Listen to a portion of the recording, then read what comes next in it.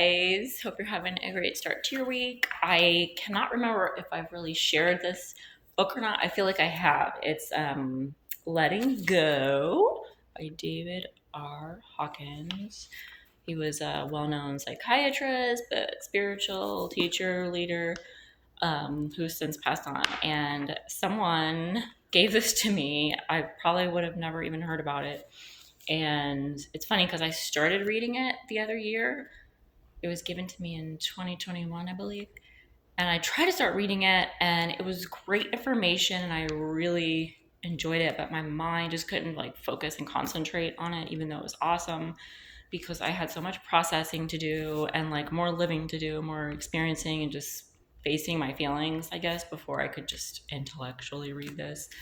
And I've gone on a whole spiritual journey and awakening, and the journey continues, but I'm coming out the other side. And coming out this side, it's a lot easier for me to focus and read this, I will say, because I've experienced and faced all of these, and they still come up. And the main lesson, I guess, that I get from this and doing so and facing all the emotions and kind of processing and moving through them is really, it's the art of surrender, because you have to surrender, you have to feel the feelings in order to surrender them.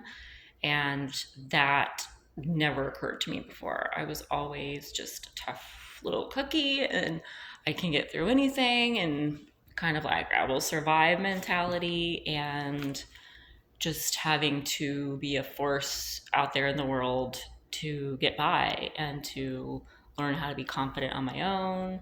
And that was the only way to be. And whether I had support or not, I just learned how to come out that way. And I never wanted to feel weak, facing my feelings, but I learned how to be vulnerable through the art of storytelling and the art of acting and things like that I really got into. So I kind of made it more into a story that but it was real emotion that I was pouring into it. And so it became magical to me, just my personal story and journey. But moving forward and really making sure that I'm feeling the feelings, and no matter if it makes sense or not, that was always my thing. I'm like, this doesn't make sense, and I always wanted to make sure my brain, my mind could make sense out of it all. Otherwise, it just wasn't happening, or it didn't exist, or I'm going to stop this feeling. And now I know full well that our brain's trying to protect us and get us through the trauma processing, healing process. And it doesn't mean we always have to understand or get the ins and the outs of everything, which was super hard for me to grasp and get. But to really just feel it and learn how to surrender, the art of surrender, even if it's every day, if we have to keep surrendering the same emotion, the same thing over and over. I know I've had to do that many different times with different things where, whether it's family or friends, just knowing that they let you down, or if somebody really hurt you, and making sure that you stop looking for them to be or act different, or to apologize, or to just change in any capacity, when this person has been abusive, this person has been manipulative, and down the line this person has instilled fear into my being and all that kind of stuff. And it's taken me so many times and giving people multiple chances, because I love so hard and so just fully, that it's been one of the things that I've had to continually surrender and go, no, I'm not expecting any different.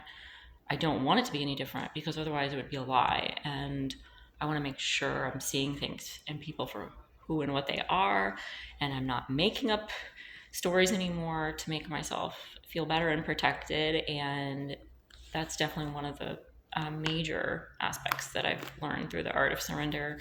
And this book has been a great reminder of that. But I'll have a lot more to break down and share with you, because it's full and just packed with amazing life lessons and advice and just knowledge for anyone in their life. So I would recommend this book to anybody who is alive and breathing and living life, basically. So thanks.